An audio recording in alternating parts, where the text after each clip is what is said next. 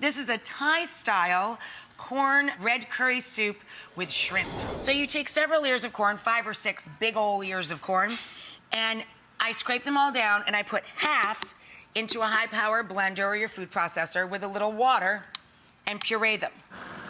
Meanwhile, in the bottom of our soup pot, I've started our soup with these ingredients here. Sweet and hot peppers. This time of year, you can get these beautiful field peppers or Italian frying peppers. You want a combination of mild peppers and spicy fresh red chilies, and leeks. Really aromatic and beautiful. To this simple combination that I'm sweating out in a little bit of oil, any high temperature cooking oil or oil you can see through, you want to use a neutral oil because there's a lot of big flavors in this dish. Any oil that you can see through will have a very mild flavor to it. Now we're going to put our little grater right over the pot and grate in some fresh ginger. Ginger's best friend is garlic. And then we're going to stir in our red curry paste, which you can find shelf stable in glass jars or even cans. I've seen it. Or I buy the refrigerated in the tubs. It's like red miso and white miso. It lasts for weeks and weeks. And I just like that it was freshly made. So you stir in a couple of fat spoonfuls of your curry paste. And then for your salt, you're going to add a splash of fish sauce. Listen, if you don't like Thai food or you rarely cook it at home, don't invest in a giant bottle. You can just throw in a little soy sauce, it's fine. Or liquid amino, any of the soy substitutes, gluten-free tamari.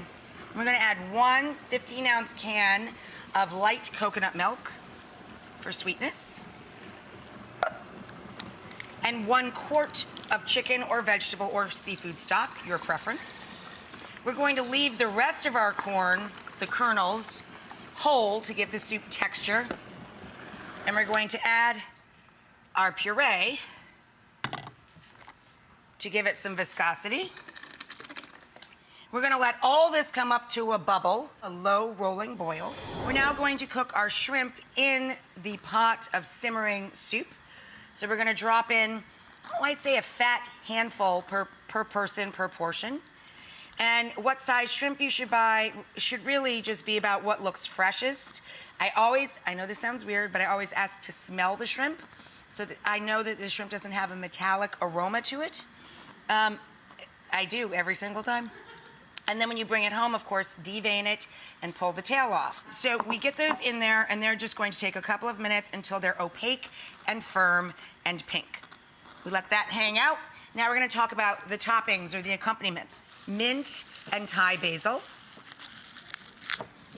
So nice fresh mint. I like a big pile of it, and I just take out any of the woodier stems. Thai basil is very similar to sweet basil, so if you can't find it, of course, substitute what your store has. Cilantro is also lovely, fresh coriander. You could throw into the mix if you like. When it comes to the chilies, I use spicy bird's eye or little finger peppers, which are hotter in the soup itself. Remember, we put in sweet peppers and hot peppers. For garnishes, I like to float some very thinly sliced of this pepper, Fresno. Fresno chilies are a fruity, very mild heat. This is Thai It, You'll Like It, Thai style corn chowder. Super simple, colorful, flavorful. Ginger, garlic, the coconut milk, the leeks, yummy yum. And then we're gonna bring it on downtown here so we can garnish it a little. We're going to add a little lime juice, very traditional in Thai dishes, of course. And then that wonderful combination of fresh mint and Thai basil. And our thinly sliced, not too spicy, fresh Fresno chilies. And yes, for Jeanette, a little sprinkle of oyster crackers.